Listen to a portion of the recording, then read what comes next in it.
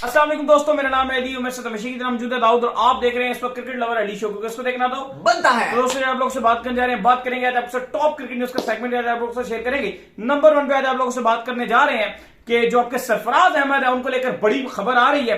क्या Sarfaraz Ahmed ODI world cup में जाएंगे, जरा इस पर बात होगी। बात करेंगे कि पाकिस्तान का जो अब ओडीआई खेला जाना है चौथा, उसके अंदर पाकिस्तान की क्या हो सकती है प्लेइंग 11, कुछ उसके ऊपर डिस्कशन करेंगे और लास्ट में बात करेंगे। इसके बाद जो हमारे पास अपडेट आ रही है वो अपडेट हमारे पास ये आ रही है कि एशिया कप के हवाले से क्या खबर है वो भी आप लोगों से शेयर करेंगे। तो अगर आप हमारे चैनल पर नहीं हो, पहली बार आए तो चैनल को लाजमी सब्सक्राइब करें और साथ लगे बेल आइकन को दबाना। तो बात का आगाज करते हैं नंबर 1 खबर के साथ जो कि हमारे पास आ रही है। तो दाऊद साहब, इस नंबर 1 खबर आ रही है वो आ रही है सरफराज अहमद को लेकर।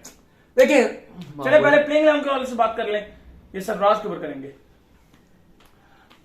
तो सरफराज अहमद के हवाले से जो अपडेट आ रही है और अपडेट ये आ रही है कि आपको पता है कि मिकी आर्थर जो कि पाकिस्तान के कोच हैं, सरफराज अहमद पाकिस्तान के साबिक कप्तान है और 2017 में जब पाकिस्तान ने चैंपियन ट्रॉफी जीती थी तो क्यादत जो है सरफराज अहमद कर रहे थे और जो कोचिंग है वो मिकी आर्थर कर रहे थे। और कहा जाता है कि इन दोनों के दरमियान बड़ी जबरदस्त किस्म की अंडरस्टैंडिंग है, ना सिर्फ अंडरस्टैंडिंग है बल्कि एक अच्छी दोस्ती भी डेवलप है। तो हम तक अपडेट ये आ रही है, रिपोर्ट ये आ रही है कि राब्ता हुआ है भाईजान मिकी आर्थर का सरफराज अहमद से और बड़ी ब्रीफ जो है डिस्कशन हुई है ओडीआई वर्ल्ड कप को लेकर और उन्होंने सरफराज अहमद से उनकी राय मांगी है। क्या आप ओडीआई वर्ल्ड कप के लिए इंडिया जाना चाहते हैं? क्या अपडेट है जी? यही आ रही है। ये सवाल तो बड़ा अजीब सा कि जाना चाहते हैं। ऑब्वियसली किसी को भी पूछेंगे, आपको भी अगर कहेंगे, मुझे भी कहेंगे तो हम भी बोल देंगे। कोई भी किसकी ख्वाहिश नहीं होगी कि वर्ल्ड कप खेलना। एक सरफराज जैसे खिलाड़ी की ज़ाहिर ख्वाहिश होगी, लेकिन अली खबर यह है कि मिकी आर्थर लगे हुए हैं और हैं तो वो इंग्लैंड में मौजूद, लेकिन अपनी टीम बना रहे हैं वर्ल्ड कप के लिए। और वर्ल्ड कप के लिए वो पुराने पापियों की तरफ भी उनकी नजरें हैं, सबकी तरफ उनकी नजरें हैं।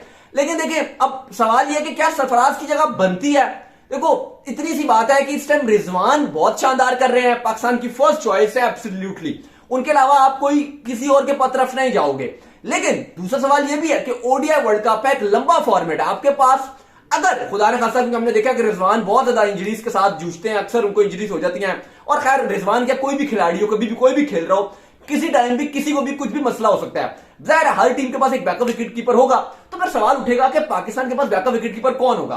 अगर आप बोलोगे मोहम्मद हारिस, एब्सोल्युटली नॉट, वो आपका T20 में बैकअप विकेट कीपर है, ओडीआई में नहीं है। रिजवान की रिप्लेसमेंट कौन है? अगर आप ये मतलब रिजवान की ऐसे रिप्लेसमेंट नहीं, ऐसे कि रिजवान अगर अनफिट हो गए। और टू बी वेरी ऑनेस्ट, मैं इस बात से बिल्कुल भी एग्री नहीं करता। कुछ लोग काफी कहते हैं जी अभी इस टाइम जो फॉर्म है सरफराज की या रिजवान की, कि दोनों को खिला दिया जाए। नहीं, आप दोनों को एक साथ प्लेइंग 11 में नहीं खिला सकते, क्योंकि इस टाइम जो अगर आप सरफराज को खिलाते हो, वो या तो आपको वो जो आगा सलमान वाली स्लॉट है या हारिस सोहेल वाली स्लॉट है उसमें आप खिलाओगे। और जाहिर है सरफराज या रिजवान बॉल तो नहीं करते ना, जो इनके अलावा करेगा वो तो बॉल भी करेगा। तो उस लिहाज से मैं तो प्रॉपर रिजवान के साथ ही जाऊंगा 11 में। लेकिन सरफराज मेरे स्क्वाड में होगा लाजमी बैकअप के तौर पर, क्योंकि हसीबुल्ला है, उनको अभी तक आपने इंटरनेशनल में चांस ही नहीं दिया। अभी तक आपने उनका, ठीक है डोमेस्टिक में हमने उनको देखा है बहुत, लेकिन अभी हमने इंटरनेशनल में नहीं देखा। और डायरेक्ट वर्ल्ड कप में तो आप लेके नहीं जाओगे उनको कि डायरेक्ट ही वो खेलना शुरू कर दें। मोहम्मद हारिस है, वो T20 तक ठीक है, लेकिन ओडीआई में उसका टेम्परमेंट भी नहीं है, उसका नंबर भी हमें नहीं पता कि किस नंबर पे खेलेगा। 4-5 पे खेलने वाला तो वो प्लेयर भी नहीं है, ऊपर से भी खेलने वाला वो प्लेयर नहीं है, क्योंकि वो ज़्यादा 30-35 बनाएगा जो ओडीआई में उस तरह से यूजफुल नहीं हो सकते। तो सरफराज एक ऐसी रिप्लेसमेंट है जो मिडिल ओवर्स में सिंगल डबल स्ट्राइक रोटेट करता रहे। तो मेरे कम से कम रिजर्व खिलाड़ियों में सरफराज जरूर होगा। शायद 15 में भी मैं ना रखूं, क्योंकि मैं 15 में ऐसा रखूंगा जो डायरेक्ट प्लेयर अवेलेबल हो। क्योंकि अगर रिजवान अनफिट होता है तभी मैं सरफराज को लाऊंगा, तो फिर मैं शायद सरफराज को रिजर्व में रखूं। तो मिकी आर्थर अपनी टीम बना रहे हैं और यकीनन तौर पर मुझे लगता है कि ऐसा होगा भी कि सरफराज आपके वर्ल्ड कप में जाएंगे टीम के साथ, पाकिस्तान टीम के साथ ट्रैवल करेंगे।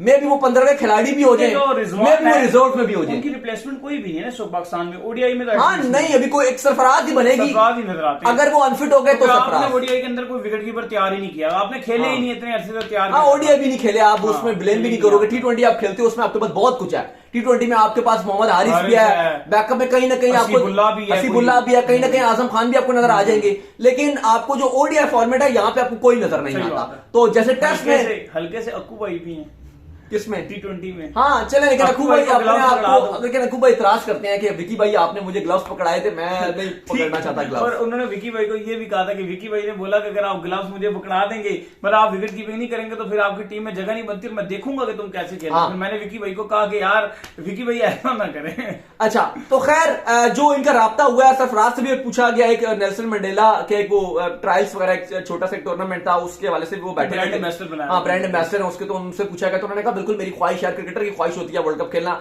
तो खैर मिकी बना रहे हैं अपनी टीम, उन्होंने सरफराज से भी रब्ता किया और खबरें ये हैं कि ये इंडिया जाएंगे सरफराज और वो स्क्वाड में होंगे। 15वां खिलाड़ी नहीं तो रिजर्व के जो 3 होते हैं उनके अंदर का नाम होगा। एक विकेट कीपर से तो आप नहीं कह सकते कि वो 11 के 11 उससे वो लिखवा के लाया कि 10 मैचेस के 10 मैचेस में वो फिट ही रहेगा। कुछ भी खुदा खासा हो सकता है, लेकिन हमारी ये दुआ है कि हमारी रिजवान फिट रहे, क्योंकि रिजवान एक अच्छे खिलाड़ी हैं और ओडीआई में तो जबरदस्त, एब्सोल्युटली कोई बात कोई बुरी बात नहीं है इसमें। खैर इसके बाद जो हमारे पास अपडेट आ रही है जी, वो अपडेट आ रही है प्लेइंग 11 को लेकर। एशिया कप पर आए ना, चले फिर एशिया कप से बात कर लेते हैं, कोई मसले की बात नहीं। बड़ी खबर है, सबसे बड़ी खबर आ रही है जी। खबर ये आ रही है कि एशियन क्रिकेट काउंसिल से कोई खबर जो है दाऊद साहब आई है, और खबर ये आई है कि जितनी बातें की जा रही हैं इसको लेकर, क्या कहते हैं कि एशिया कप पोस्टपोन हो जाएगा, 5 मुल्क की टूर्नामेंट हो जाएगा, पाकिस्तान का ये है वो है, पाकिस्तान बाइकआउट कर देगा। तो एशियन क्रिकेट काउंसिल ने तो इन तमाम खबरों को रद्द कर दिया है और बीसीसीआई की तरफ से भी अपडेट आई है और उनकी तरफ से भी ये अपडेट आई है। कोई ऐसी डिस्कशन अभी तक जो है वो हुई नहीं है, खबरें तो ये निकल पड़ी हैं, लेकिन अपडेट अब तक ये है कि वो कह रहे हैं कि मीटिंग होगी तो उसमें हम बात करेंगे। देखें, और सबसे बड़ी तो खबर आज की जो चल रही है हर तरफ, वो तो बिलावल का चर्चे हैं। बिलावल भुट्टो क्योंकि लैंड कर गए इंडिया में, गोवा में वो लैंड करके, इवन अपने भी उन्होंने सोशल मीडिया में डाला था छोटी सी वीडियो, अपना शेड्यूल बताया कि आज मेरी 2 मीटिंग्स हैं, एक डिनर भी है, एससीओ की मीटिंग है, 1 हफ्ते का ये टूर है, शंघाई के भी काफी चाइना से भी लोग आए हुए हैं, रशिया से भी मुलाकात है इनकी, इंडिया के भी फॉरेन मिनिस्टर कहा जा रहा है उनसे भी ऑफ द जो शेड्यूल है उससे भी उनकी मुलाकात है। काफी ज्यादा खबरें चल रही हैं, क्योंकि आपको याद होगा 2016 में लास्ट पाकिस्तान की तरफ से जो सरताज साहब थे वो ट्रैवल किए थे, उससे अलावा 2012 में हिना रबानी 2012 में ट्रैवल की थी। उसके बाद हमने देखा कि कुछ मामला भी बड़े बेहतर थे, 12 में सीरीज भी हुई थी, लेकिन लास्ट टाइम 16 में भी जो ये नवाज नून लीग की हुकूमत थी उस टाइम जो इनके सरताज थे, डायरेक्ट फॉरेन मिनिस्टर तो नहीं थे, लेकिन वो एक उन्होंने ओहदा उनको दिया हुआ था, वो ट्रैवल किए थे। तो 6 साल के बाद किसी का ये प्रॉपर तौर पे दौरा है और कहा जा रहा है बहुत कुछ हो सकता है। स्पेशली क्रिकेट फैंस को भी बड़ी उम्मीदें हैं इस दौरे से, क्योंकि ज़ाहिर है कभी भी इंडिया का दौरा होता है हमें तो और कुछ नहीं होता, बस हमें एक क्रिकेट की नजर आती है हर चीज की, आप बायोलिटरी सीरीज हो जाएंगी। और इस साल तो खैर वर्ल्ड कप का साल है कि वर्ल्ड कप हो क्या होगा, पाकिस्तान ने इंडिया ट्रैवल करना है, और जाहिर है कहा जा रहा है कि शायद इस पर भी बात होगी, क्योंकि पाकिस्तान टीम ने ट्रैवल करना है, 4-5 महीने बाद वर्ल्ड कप है, तो कहीं ना कहीं इस मुद्दे पर भी बात होगी कि पाकिस्तान टीम ने जाना है, तो हल्की सी बात होगी, मे बी सिक्योरिटी के वाले से बात हो जाए। फिर आपको पता है एशिया कप के लिए ऑलरेडी इंडिया मना कर चुका है, तो वो भी एक बहुत चर्चे चल रही है। देखो, मानना यह है कि हर चीज दुनिया की जो बड़ी से बड़ी भी मामलात हैं, कितने भी खराब हुए हो, एट द एंड वो डिस्कशन से खत्म होते हैं और डिस्कशन से उसकी जो है सोल्यूशन निकलता है। तो मैं बिलावल भुट्टो के स्टेप को बड़ा पॉजिटिव लूंगा, बिल्कुल ट्रैवल करना चाहिए, इंडिया जाना चाहिए, इंडिया से भी लोगों को यहां आना चाहिए, आपस में जितनी डिस्कशन रहेगी इससे आपकी गलतफहमियां दूर होंगी। देखिए, साथ ही जो एशियन क्रिकेट काउंसिल की आप बात करें, उन्होंने एशिया कप के जो ग्रुप्स हैं वो भी अपडेट कर दिए हैं। उन्होंने 2 ग्रुप्स जो थे आपको पता है ऑलरेडी थे, उन्होंने वो उनको अपडेट भी कर दिया है। उन्होंने बता दिया कि ग्रुप 1 में इंडिया होगा, पाकिस्तान होगा, नेपाल होगा। ग्रुप 2 भी उन्होंने अपडेट कर दिया, जिस पर उन्होंने बताया कि श्रीलंका होगा, अफगानिस्तान होगा, और साथ तीसरी टीम उन्होंने बांग्लादेश को बता दी गई है। तो ये 6 टीमें एशिया कप 2023 खेलेंगी।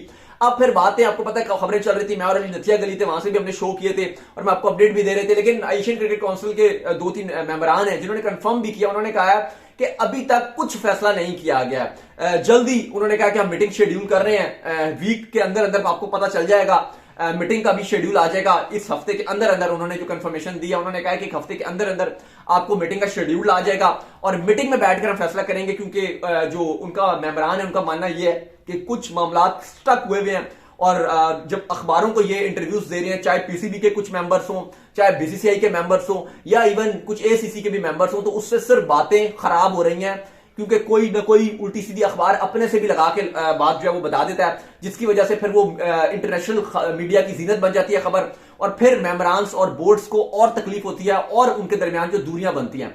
तो फैसला किया गया कि अगले हफ्ते मीटिंग शेड्यूल कर दी जाएगी, जल्दी डेट्स भी बता दी जाएगी कि इस तारीख को मीटिंग होगी, बैठ के बात की जाएगी और बैठ के फैसला किया जाएगा, क्योंकि बीसीसीआई स्टक कर रहा है इस बात पर, स्टिक हुआ है इस बात पर कि भाई हमने न्यूट्रल वेन्यू पे खेलना है और पूरा एशिया कप करवा लो। खबरें ये आ रही है कि श्रीलंकन क्रिकेट बोर्ड और बांग्लादेश क्रिकेट बोर्ड जो है वो भी उनके साथ ही इस पर है, क्योंकि उनका मानना यह है कि अगर इंडिया अपने मैच खाली दुबई में खेलता है और हमें मैच खेलने के लिए पाकिस्तान से खेलने के लिए पाकिस्तान जाना पड़ेगा, इंडिया से खेलने के लिए दुबई जाना पड़ेगा, तो हमारे लिए ट्रैवलिंग कॉस्ट आएगी, हमारे लिए जो है वो टीम की थकान होगी, कहीं ना कहीं जो एसीसी है उसके एक्सपेंस बढ़ेंगे तो हमारी पैसे भी कटौती होगी, तो हमारे लिए फजूल के पैसे कटेंगे, तो न्यूट्रल वेन्यू पे भी करवा दिया जाए। तो बांग्लादेश और श्रीलंका उनका वोट बीसीसीआई की तरफ ही है कि पूरा एशिया कप न्यूट्रल वेन्यू पे करवा दिया जाए, या तो वो कहते हैं पूरा का पूरा पाकिस्तान में करवा दिया जाए, या वो कहते हैं कि पूरा पूरा दुबई में करवा दिया जाए। और जाहिर है आपको पता है कि इंडिया ने तो कह दिया कि न्यूट्रल पे खेलेगा, पाकिस्तान पे तो खेलेगा नहीं, और पाकिस्तान ने ये कहा कि तुम अपने मैच वहां करवा लो, हम अपने मैच यहां करवा लेंगे, और इसके अलावा अगर कोई और दीगर सूरत आती है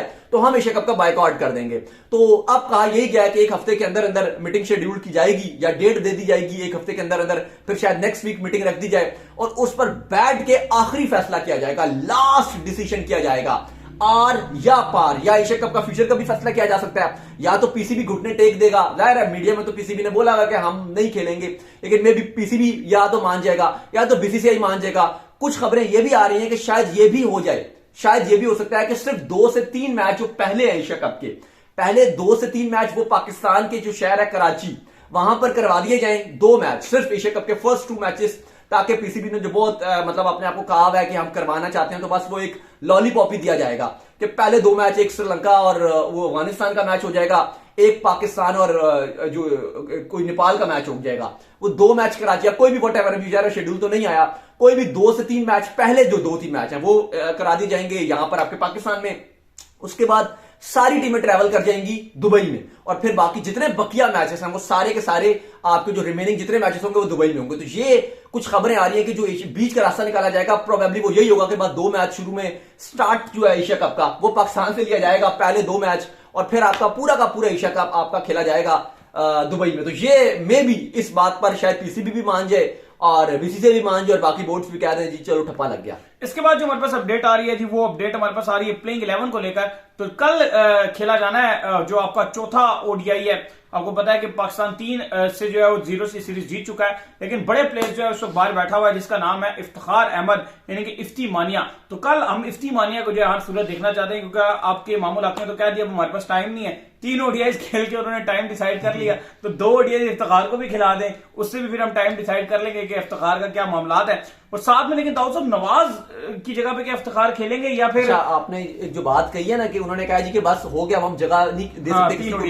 देखो इवन जो वर्ल्ड कप भी चल रहा होगा ना उसमें ये नहीं होगा कि जो 11 खिलाड़ी बस वही पूरा का पूरा वर्ल्ड कप खेलेंगे। और भाई आप ये देखोगे कि आज शाहीन हारिस रऊफ खेल रहे हैं, नसीम शाह खेल रहे हैं, हारिस रऊफ की परफॉर्मेंस डाउन होगी, हम क्वालिफाई आपके पास नहीं क्वालिफाई नहीं कर चुके। आपको देखना होगा कि यार ये टीम है, इसके मे भी ये स्पिन के अगेंस्ट वीक है, क्वालिफाई भी अगर कर जाते तो भी आपको जो है रेस्ट देनी पड़ते हैं। आप इतनी जल्दी तो क्वालिफाई करोगे नहीं, 10 मैच है इसमें 9 मैच है, हमारी टीम इतनी अच्छी है ना डायरेक्ट क्वालिफाई कर क्या डायरेक्ट 6 मैच स्ट्रेट जीते क्वालिफाई करेंगे? नहीं, वो बात नहीं है। बात यह है कि आपको देखना पड़ेगा कि यार मिडिल ऑर्डर में for example Agha Salman fail हो रहे हैं, तो आप देखोगे कि यार हारिस सोहेल आप उसको चांस दे दो, या फॉर एग्जाम्पल हारिस सोहेल खेल रहे हैं वो फ्लॉप हो जाते हैं, या अगर आपको लगता है नवाज फ्लॉप हो रहे हैं आप इमाद को चांस दे सकते हो, या इमाद फ्लॉप हो रहे हैं आप नवाज को चांस दे सकते हो। अब आपने चैंपियंस ट्रॉफी खेली थी या वर्ल्ड कप 2019 खेला था, क्या आपने एक ही प्लेइंग 11 से पूरा वर्ल्ड कप खेल लिया था? नहीं, आपने तब्दीलियां की थी, आप मिडिल ऑर्डर में भी तब्दीली कर रहे थे, आप सब जगह तब्दीली करते रहे थे, बॉलर्स को आप चेंज करते रहे थे, रोटेट करते रहे थे, तो वो तो आप करोगे।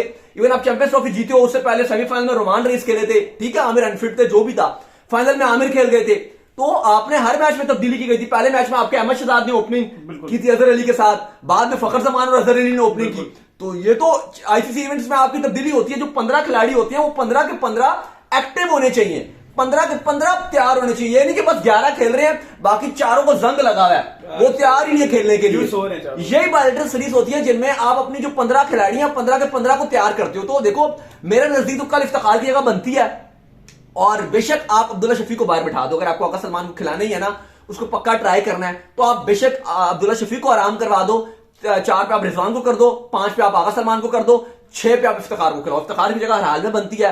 दूसरी स्लॉट जाहिर है, मुझे अभी ठीक है नवाज की जो रिपोर्ट आई है उसमें तो बेहतर आई है, लेकिन आपको ही पता है कि अगर हम भी खेलते हैं, जब अगर उंगली में अगर चोट लग जाए, जैसे मेरी भी उंगली में हुई थी, तो कम से कम 8 दिन तक दर्द होता रहा था, बहुत ही बेड तक नहीं पकड़ा जा रहा था। तो आपको भी पता है कि अगर इतनी जोर की चोट लगी है कि एक्सरे करवाना पड़ गया, बेशक हड्डी नहीं टूटी, बेशक कुछ बचत हो गई है, लेकिन सूजन तो होगी, तो उस लिहाज से वो, और अगर स्पिनर है तो उसका तो काम ही उंगलियों से है, तो फिर तो वो प्रोबेबली नहीं खेल सकेगा कल का मैच। और आप जल्दबाजी करके उसका कैरियर ना खराब करो कि बिल्कुल ही अगर उंगली टूट जाए उसके बाद में वो लंबा बाहर हो जाए, एशिया कप से बाहर हो जाए, तो बेहतर यही है कि आप उसको कल का मैच, प्रोबेबली मुझे लग भी यही रहा है कि वो आराम करेगा, तो नवाज की कुछ अमीर टीम में आ जाएंगे। बाकी यह है कि फिर अब हारिस रऊफ है बाहर बैठे हुए, अब आप उनको लाओगे तो किसकी जगह लाओगे? शायद ये नसीम में 3 मैच खेले, लेकिन मैं उनको बाहर नहीं करूंगा, वो बहुत अच्छी फॉर्म में है।